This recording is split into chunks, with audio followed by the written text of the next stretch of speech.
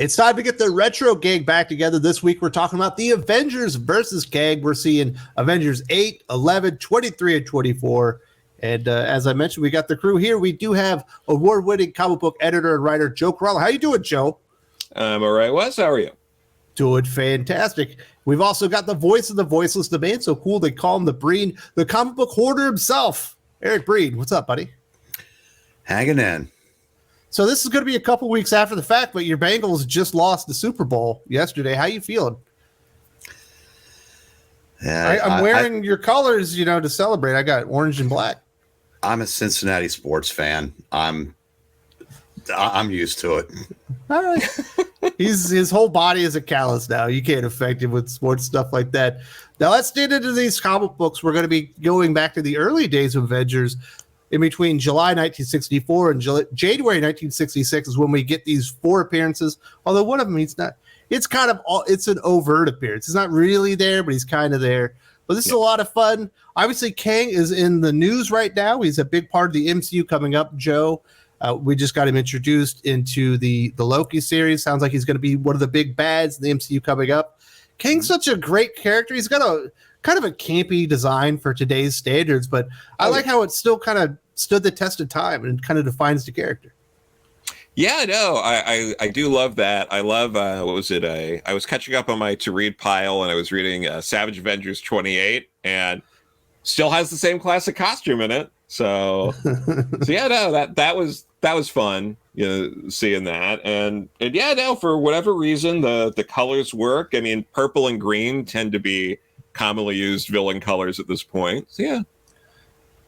So Breed, when did you first encounter Kang the Conqueror? What do you think about this character? Is he a good villain? Is he Doom? Is he Galactus? Is he out there? Well, before anybody says it, no, I did not buy these new off the rack. It's even a bit before my time.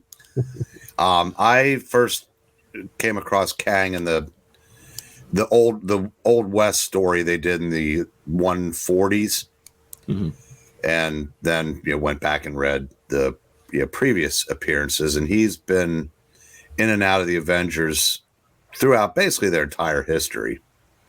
In fact, there's one in the storyline I'm referencing where when they realize it's Kang, the Vision says, "Kang again? This is getting monotonous." But that's the Vision's opinion, not mine. He said you can never get enough Kang. So as you get into this era of Marvel Comics, Joe, this is probably the most important era in the history of Marvel Comics. Some will say, that Jim Shooter era of the 80s was the best era, but this is when you're having kind of all the things that are still driving the Marvel Comics universe have been introduced, and they're really being fleshed out and perfected going forward. Obviously, Avengers came after Fantastic Four. That would be like the genesis of the modern age kind of Marvel stuff. But a lot of these great characters, obviously, this is the first appearance of Kang the Conqueror that we're going to talk about. So this is so important when you're talking about Stan Lee and Jack Kirby and Don Heck and all of these visionaries. And it was such a small kind of little office that was pumping out so many things that to this day you just can't beat. Oh, yeah. And all the stuff we're going to be talking about, like, that's before we even get like Silver Surfer, Galactus, things like that. We're just about to, I think, after Avengers 24, I think we get there. But yeah, we're getting all this stuff built here.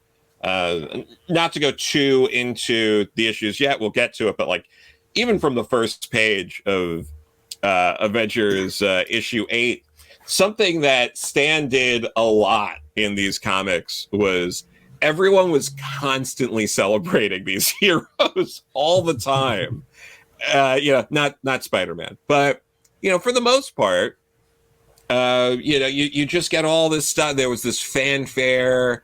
It was the greatest comics magazine. Really built this stuff, doing stuff that like DC wasn't doing in terms of like that kind of kayfabe, which was really interesting. And you look at these comics, and they're all written by Stan Lee, little bit of help here and there, but it's mostly Stan. You go over to DC, you still get your Ed Hamilton's, your Gardner Fox's, Bill Fingers, people like that, who are working on their comics. Jerry Siegel's still occasionally doing stuff, but yeah, you have artists like Carmine Infantino there, and just what was going on at Marvel was capturing the imagination a bit more, even though we've talked about this before. Distribution wasn't quite there just yet at this point, I don't think. It would have been maybe 8 issues a month, Breen, at this time? Yeah, at this time they were still right in the middle of that deal. That's why they did 16 bi-monthly over 2 months to give the illusion that they had more titles than they did. Yeah. But so you have this sort of stuff going on, but yeah, it was, I think that a lot of now enough time has passed where if you gave someone, like Avengers 8 and like Batman 163 or 66 or whatever was coming out or around that people would probably, you gave them this, like kids today, they would probably think they were comparable, but at the time it really did feel like a difference. Yeah, Marvel a little bit more hard hitting. So it was interesting. Do you think that helped the line there, Breen, where they were restricted on how much content they could put out? That they had, if you were going to put something out, it had to be important because we only get 8 shots of this a month. Well, yeah, and it was a creative explosion in those early years to the point to where they had so much going on that they would put 2 heroes in one book because they didn't have room for all of them until 1968 when the deal expanded. So yeah, they were. I mean, because you saw all these new ideas coming in, and then the gradual phasing out of that third Western title, that third Millie the Model title type. That Patsy Walker disappears to make room for Avengers, X-Men, Daredevils, things like that. So yeah, absolutely. Well, let's get into this. Let's start talking about some of these comic books. We got Avengers number 8. This is the very first appearance of Kang the Conqueror. Stan Lee and the incomparable Jack Kirby, delivered in July 1964. And Breed, initially we see a UFO arrives in Virginia, and it's leveling everything in its wake. It has the power to level entire forests. It's breaking tanks into pieces. It's got this really cool ray gun, and out walks Kang the Conqueror, ready to rule Earth. And he demands to communicate with the Earth's leaders. And instead of that, the Avengers arrive. And we've got Captain America, Iron Man, Thor, Wasp, and Giant Man. And Kang uses an anti-gravity ray to upend the team. And then Thor attempts to take him down using Mjolnir to kind of stop it. At this point, this probably would have been a pretty big deal for comic readers because Kang instantly transports the hammer into like another dimension and it kind of brings it back to where it's no harm to him. So at least in the beginning, he feels like he's pretty much invulnerable and you can't really do anything to him. And then he starts to explain to the Avengers after they've had a little bit of a battle how he travels time and he's conquered the Earth, and he ended up kind of in a dead world, so he was going nowhere, so he's looking for something new to conquer. And we do see the Avengers are beaten, captured, except for Wasp, Breed, and that's important. Yeah, it's the classic, and wrestling does it all the time when they introduce a new character. They give the illusion of being unbeatable. So obviously the first encounter, Kang's ready for them because he's from the future. He's had time to study. He knows what they're going to do, so he kind of takes them out fairly easily. And yes, now he captures 4 of the 5, which leaves the Wasp and Rick Jones. And one of the things that so in underestimating Rick Jones also comes back to hurt him a little bit. Absolutely. We need more Rick Jones in our life. When's he going to come back and play a major part in the Marvel Universe? Joe, what the hell's going on with Rick Jones? It feels like he shows up sometimes in Hulk, and that's about it. Yeah, no one really knows what to do with Rick Jones. He used to be in everything. Yeah, and and he used to be in everything, and then somehow got memory hold back to just being related to Hulk. It's very weird how he was like the glue that held the Marvel Universe together.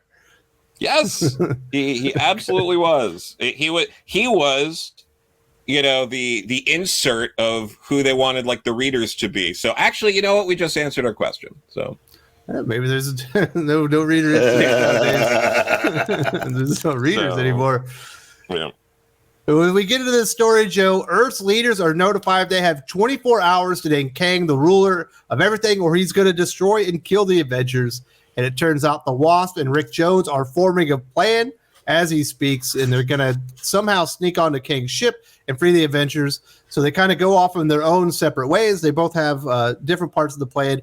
We see Rick Jones, being underestimated, is able to infiltrate Kang's ship by pretending essentially to side with him. And he's going to help him out, so they beam him up there. At the same time, we see Wasp over at Hank's. I think she's in his laboratory, and it turns out Tony Stark has designed a ray gun of his own that he has given this design to Hank Pym. Hank Pym has made some changes to it, but actually has the ray gun finished up, and Wasp and some of Hank's flying ants end up delivering the gun as Rick is kind of is getting them set free. And then we do see the Avengers battle Kang again.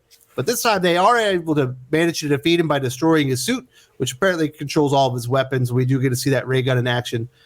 So at the last moment there, Joe, Kang decides to launch a neutrino missile just as a last-second gasp. Iron Man is able to destroy it, and Kang is forced to flee back into time.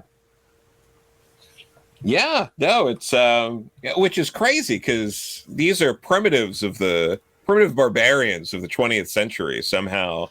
I do like it when he calls him that all the time. Oh yeah, it's really great. But no, and he's beaten by in part by a bunch of teenage boys, aka the readers of this comic, that all have a little bit of help with setting up Iron Man for that repulsor ray. But no, it's you do that. You use the science to take out all of the different weapons he has in his costume. I do love that whole bit where it's like all of his weapons are inside his costume. It's like that's a little bit of a gamble, but all right. It's like a space cloud, just pulling out weapons everywhere. What if somebody lights it on fire? But it's fireproof. Yeah.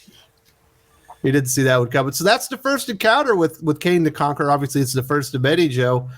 I don't know. What do you think Marvel knew immediately that they had something, that this was a character that needed to come back, would be coming back for decades to come?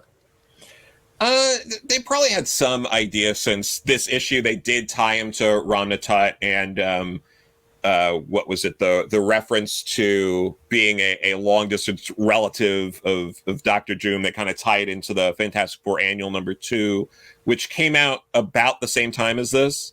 The one thing I don't think they meant for is at the very end of this issue, they say, next issue, a new problem confronts the Avengers unlike any they have ever faced before. That problem, it turned out, was Jack Kirby leaving the book and Don Heck taking over. That's true. It's Don Heck from here on out. I don't think that's what they meant, but that's what happened. They had to have had some plans for Kang already, because he does come back just 3 issues later. Yeah. It's a shorter amount of time than usual if they were waiting for all the fan letters and reactions to come to set something up. Usually it takes a little longer than just 3. Well, technically, it's like 6 months. Yeah, because it's like, Immortus is also tied to Kang, so it's like they really were going pretty hard into the paint for Kang, and it paid off. I'm sure they were like, Stan was telling them, like, look, when we're all dead, this guy's going to look great on the big screen. So yeah, he's like, eventually there's going to be this thing called streaming, and this guy is going to be the centerpiece of our streaming universe. Yeah, in our 5th wave of movies. It's going to be a couple of things real quick before we move on. You notice that you find out in this first issue that there are limits to Kang's power, because when he sends Thor's hammer off another dimension and it comes back, he reveals later in the issue that wasn't him. So that it came back because of Thor's enchantment. And the thing with these early issues, the early Marvel issues, when they brought time travel into it, you can tell they hadn't worked out all the bugs yet, because Kang should have known when he let Rick Jones and his friends, just on their say-so, he lets them into the ship to familiarize to himself. join you. Being a man from the future, he should have known how that was going to end up. So I said there's a lot of things that you have to just kind of go with in these old stories. Absolutely fun. It's really good. Now, this next appearance we do get of Kang is a little bit less involved, but he's certainly the man behind the plot here in Avengers number 11. Stan Lee and the aforementioned Don Heck. This comes out in December 1964. And Breed, at this point, Iron Man is on a leave of absence, and the Avengers realize that he's missing. They're like, where the hell is Iron Man? He's supposed to be here, but he's gone. Well, that's because they let their subscription lapse, and they didn't have a copy of Tales of Suspense 61 to find out what happened. Yes. That's what happened. What Kang realizes, because he's apparently been monitoring the Avengers since his defeat, is that the Avengers are at their weakest moment. Without the Iron Man, there's no way that they could beat him. So he goes out to recreate the most powerful hero out there that's not an Avenger. It turns out it's Spider-Man. So he creates a replica robot of Spider-Man. This is the first appearance of that character. I don't think we saw robot Spider-Man for another 30 years, maybe in the late 90s or something, I think. Because of his vast array of powers, he ends up duplicating him. And we see robot Spider-Man kind of join up. The Avengers are in a big tiff. They're battling, and he shows up and he tells them that he knows where Iron Man is. So they don't really let him immediately on the team, but they let him hang around the team, Breed. Yeah, one of the things that's worth pointing out is one of the things with Marvel books that they did to separate themselves from DC was the constant bickering amongst the heroes. I mean, they would argue with each other at the drop of a hat, and including the way they. Yeah, the opening 3 pages on this, there's a lot of arguing. Oh yeah, well, like I said, because the Justice League was always just one big happy family. Marvel, you got the opposite, and that was one of the selling points. And this back in those days, like nowadays, a new title would bring Spider-Man in as a guest star by issue 3, but in those days, they waited till issue 11, to get that sales bump from Spider-Man. But I like the way that they had the robot. They went out of their way to say that they replicated his speech patterns and whatnot. So because when he kind of lips off to the Avengers and then says, "Well, fine, if you don't want to know what happened to Iron Man, who needs you?" and blah blah blah. And so like I said, this was fun. I said this introduction to the Spider-Man was pretty well done. Yeah, and a couple of nerdy points here. I really like how Chick Stone inks Don Heck. Dick Ayers was inking, the previous story we had gone over that Jack Kirby illustrated, but he also inked a bit after that. But his inks are pretty thin, and like Chick's are thicker, and I think that works to the benefit in stories like this. Also, because we all know how the Marvel method works and everything, you just see things like this. The bottom there of was page 2 where Rick Jones has his hand up. It does make you think, because it doesn't really make any sense that Stan just made up like this dialogue to go with it of when Rick is voting along with the Avengers, so he had to have a line of Captain America being like, "You're out of order, Rick. You have no voting privileges with the Avengers as yet." Yeah, you can sit at the table, just keep it zipped. Yeah, so that Don Heck just drew that, and Stan's like, yeah, you're not supposed to be here, and just moved on. Get out of here, kid. You know how to vote. Yeah. Yes, what have you done for me lately? Not 3 issues ago. Get out of here with that. Yeah. Get back to me when you save the world in every issue, Rick. Absolutely. Yeah. Go make some sandwiches. So we've got Robot Spider-Man. He's up to no good, and he, the Avengers want to find Iron Man, and he ends up leading them to a very remote temple. And he kind of separates them and starts defeating them all one by one. And wouldn't you know it, there, Joe Corallo, the real Spider-Man finally appears on the scene. He finally figured out what the hell's going on, and he defeats his robot copy and saves all the Avengers. And then at the end, this was the big moment, Joe. They realize that this was a Kang plan all along. There's only one being in the world that could have done this. It was Kang, and they finally realized that he's been watching them the whole time, waiting for them to be at their weakest moment. This is a lot of fun when they're going through the temple and he's just beating the crap out of all the Avengers. It's kind of like getting to see Spider-Man do it just to show. Oh, absolutely. And like,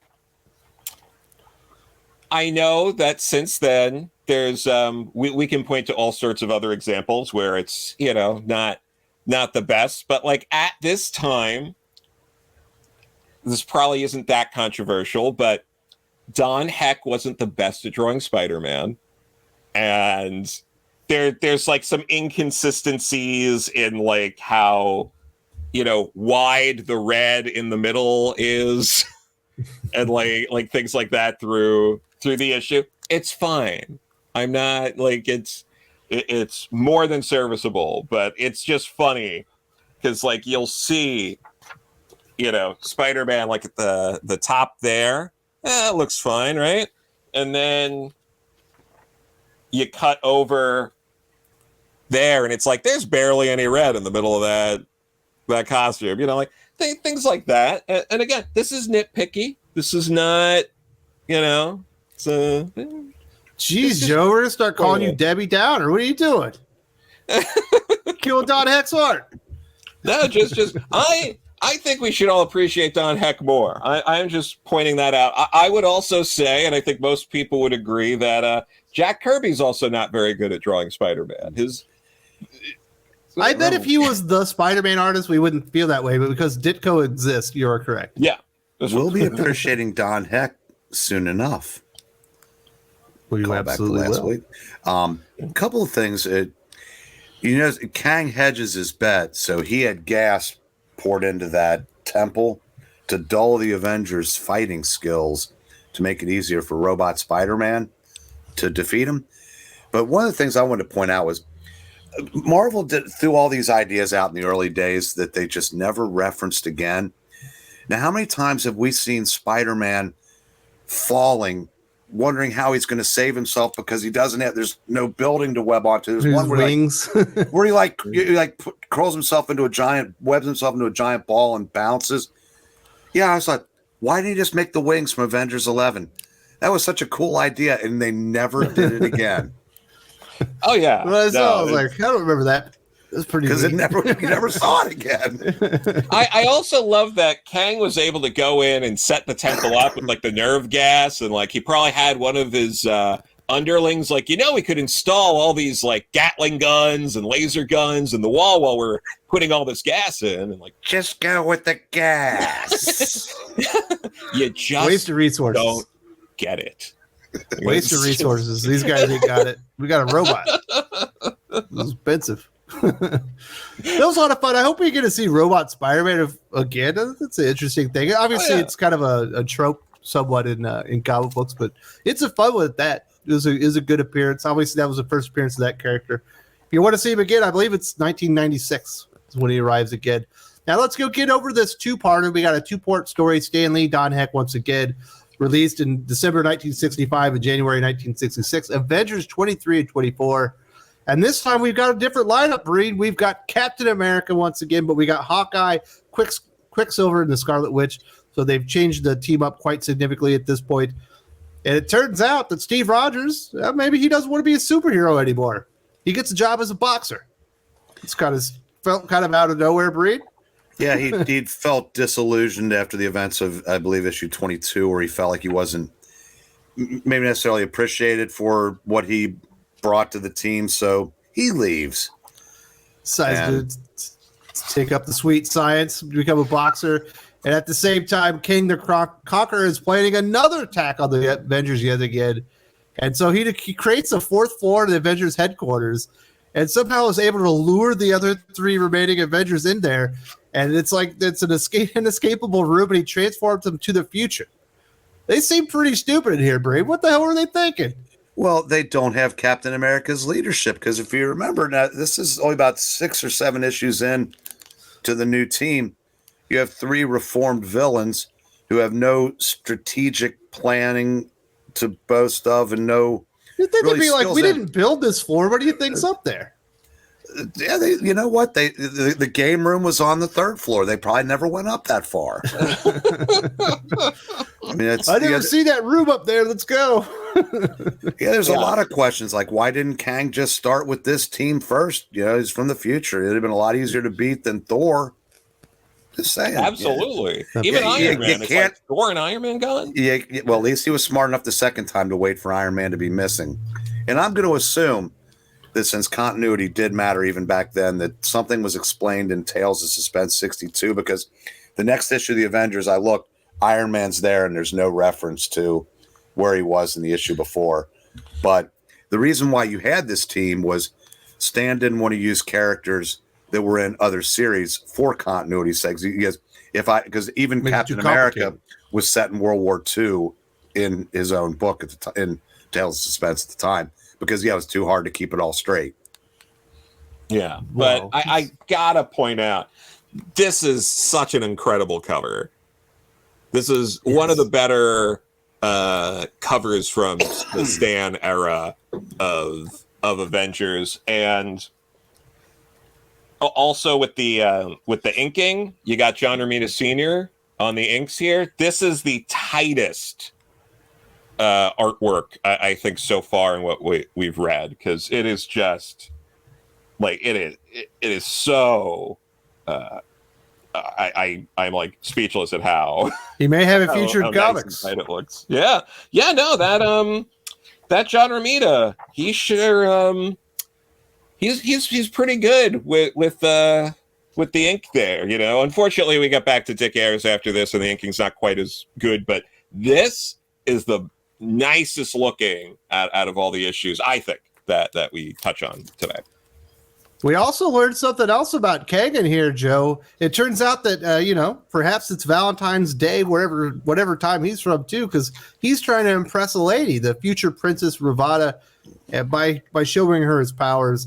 It turns out that she is not impressed because she just doesn't care what he's doing. And we see that Steve ends up getting worried after hearing about the Avengers' mysterious disappearance. But the Avengers do try to escape in the future, but Scarlet Witch and Hawkeye are quickly recaptured, and Quicksilver is on his own to try and free the other captured Avengers.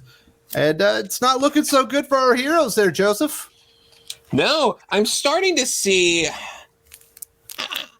Maybe it's just me, but it seems like a lot of these stories involve all but one Avenger getting defeated and then having to help the other ones free themselves or get their powers back or whatever to work together and defeat the villain. Or one of them feels like he's not, making an impact on the team, so he walks away, and then the other ones get captured, and he has to go back and save them, and be once again reminded that he was always a key part of the team. Yeah, just something like that. It seems like a pattern. Maybe they should have meetings about this a little more often, but it's fine. You know who could have saved him? Rick Jones. You know why he didn't? Don't give me a vote, huh? Yeah, exactly. It's the way his voting rights. He's like, screw this. You're These on old your own. timers don't need your crap anyway. Absolutely. So then we Yeah, see. so good. After this, we see Captain America appear, and he sends himself into the future using the Recreator breed. You're going to have to explain where the Recreator came from. And he meets up with Quicksilver, and he gets a little help from Princess Ravada. They confront Kang, and they are joined by Hawkeye and Scarlet Witch, who have escaped in the meantime. And Ravada continues denying Kang's marriage proposals, and his armies move to destroy her city.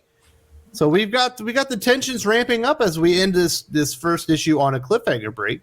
But we do have her say, I could have loved him if he had just been more tender, more caring.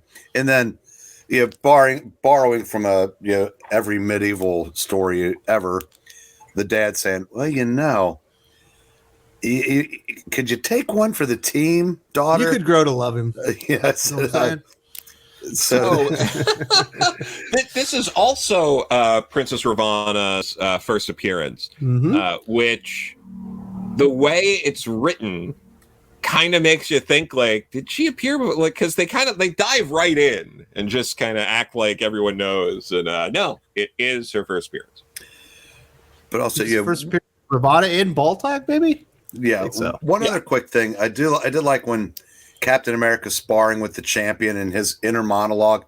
He's good, but he telegraphs this, he does that, and then when he has to go, and the champ says, "Hey, I'm not done with you yet," wham, he gets one punch. See ya. He's toying with it. Let's jump back into this adventure. We got Avengers number 24, and we see that Kang makes his escape as his troops are advancing on the city, Joe. It all seems hopeless. The Avengers are fighting against a never-ending army, and we see Quicksilver is put out of action by a stray blast while trying to help a mother and a child. That will come back to actually help the team.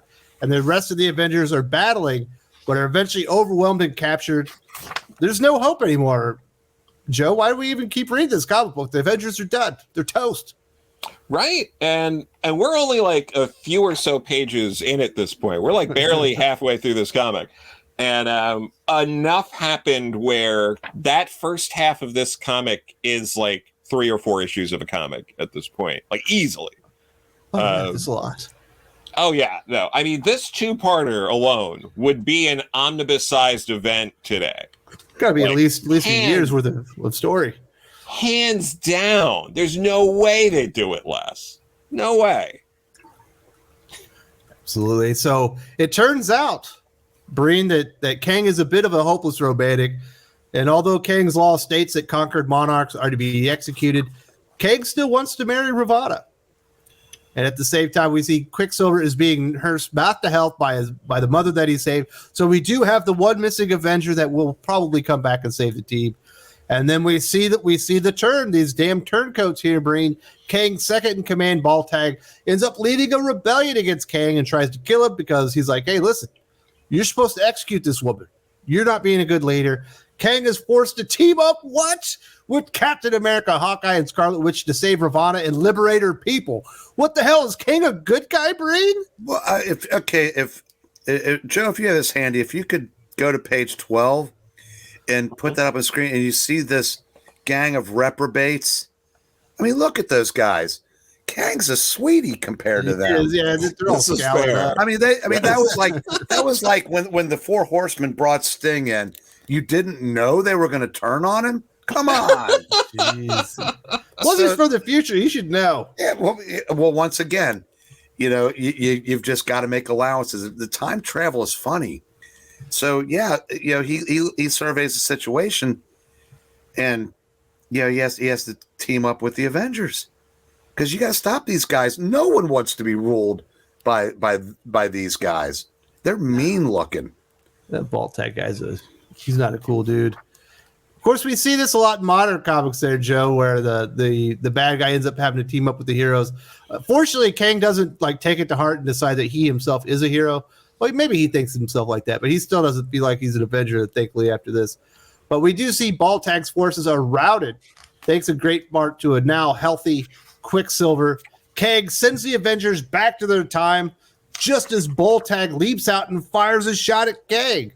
Captain America tries to warn him, but Ravana, my goodness, why would she do this? Kang is a butthole anyway. Why would you take a bullet for this guy? And we see Kang's guard kills Baltag, and the Avengers are transported away, leaving Ravana dying in the arms. Well, she might be dying. We're not actually sure if she lives or dies. But that was a pretty tragic tale there, Joe. Why would she take one for freaking Kang? She should have just married him and none of these people would be dead. Yeah, well, I think the real moral we're taking from this is that women never stop ruining history. That's the way I took it. I think that's how we're supposed to take it. Yeah.